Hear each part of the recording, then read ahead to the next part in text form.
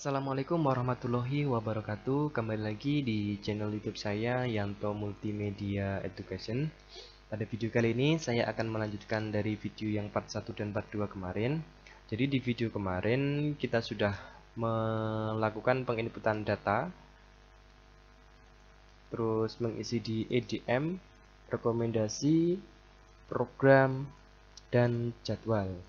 Jadi ini kemarin yang ada di part 1 dan part 2. Untuk part 3-nya kita masuk ke menu dari pendanaan. Nah, untuk pendanaan menunya ada sumber dana, ada pengembangan, operasional, dan print. Yang pertama kita masuk ke sumber pendanaan terlebih dahulu. Nah, untuk sumber pendanaan ini yang perlu kita isi sambil diperhatikan di atasnya ini. Kalau 0 ini berarti kita bisa mengisi. Kalau ada rumusnya seperti ini, berarti kita tidak mengisinya. Karena untuk bos pusat ini diambil dari jumlah siswa yang kita isikan di penginputan data. Nah, dari sini. Jadi kalau misalkan siswanya itu jumlahnya banyak, nanti di sini nilainya atau nominalnya juga banyak. Untuk yang bisa diisi adalah gaji PNS per tahun, terus gaji pegawai juga bisa diisi. Terus ini bantuan lainnya semuanya juga bisa diisi. Terus untuk pendapatan asli madrasah ini semuanya juga bisa diisi. Nah, karena di sini di lembaga saya tidak mendapatkan bantuan dari bantuan lainnya. Nah, dapat sih TF, cuma kan TF itu langsung diserahkan ke gurunya masing-masing, jadi tidak saya masukkan ke sini. Jadi untuk perkiraan sumber pendanaan yang bisa diisi itu tadi, kecuali bos pusat. Bos provinsi ini, nah provinsi ini bisa diisi. Setelah ke sumber pendanaan, kita masuk ke pengembangan atau operasional. Nah, di sini saya mencoba masuknya ke operasional terlebih dahulu. Nah, seperti ini. Untuk yang operasional, yang perlu kita isi itu adalah yang sheetnya yang warna putih. Ada ini. Nah, yang warna putih saja. Misalkan di sini ada pembayaran gaji PNS, pembayaran gaji PTT dan dari APBD. Nah, di guru saya itu tidak ada yang PNS dan tidak ada yang PTT, maka saya kosongkan semuanya. Terus yang saya isi di sini adalah pembayaran honorarium guru tidak tetap bulanan.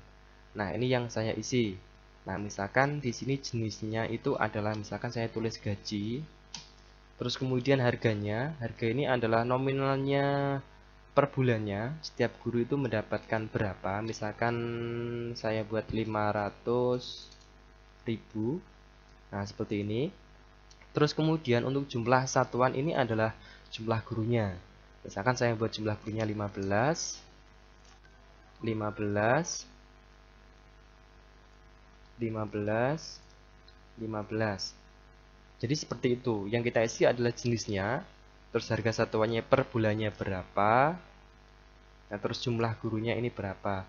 Nah, ini kenapa kok dari tiap tahunnya berbeda? Ini sudah otomatis dari sistemnya. Ini ada kenaikan ya sekitar 5 sampai 10%-an dari per tahunnya. Jadi ini sudah otomatis dari sananya. Terus ada lagi misalkan pembelian bahan habis pakai atau ATK kantor. Misalkan jenisnya saya buat ATK.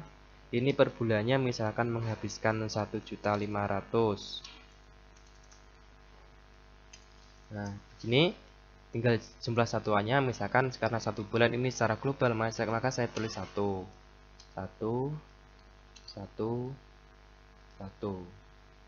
Jadi silahkan diisi dengan sesuai dengan keadaan dari lembaganya masing-masing. Jika seperti pembelian bahan habis pakai alat olahraga ini tidak melakukan pembelian, ya cukup dikosongkan saja.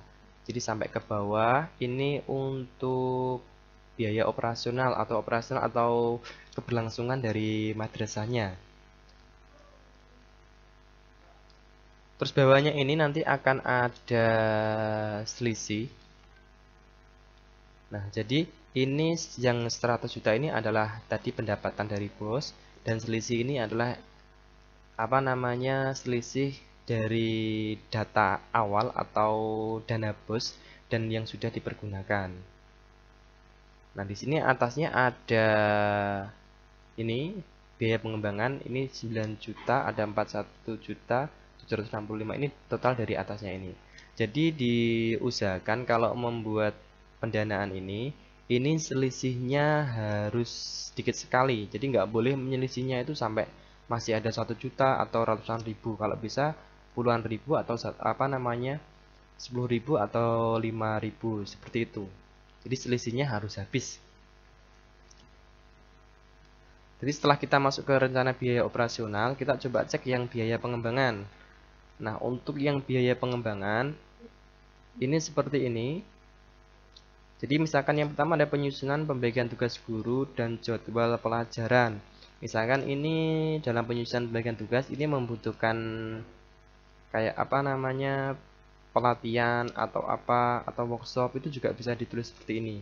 Jadi misalkan satu kegiatannya itu harganya misalkan karena workshop itu membutuhkan apa konsumsi dan sebagainya, misalkan saya buat 1.500.000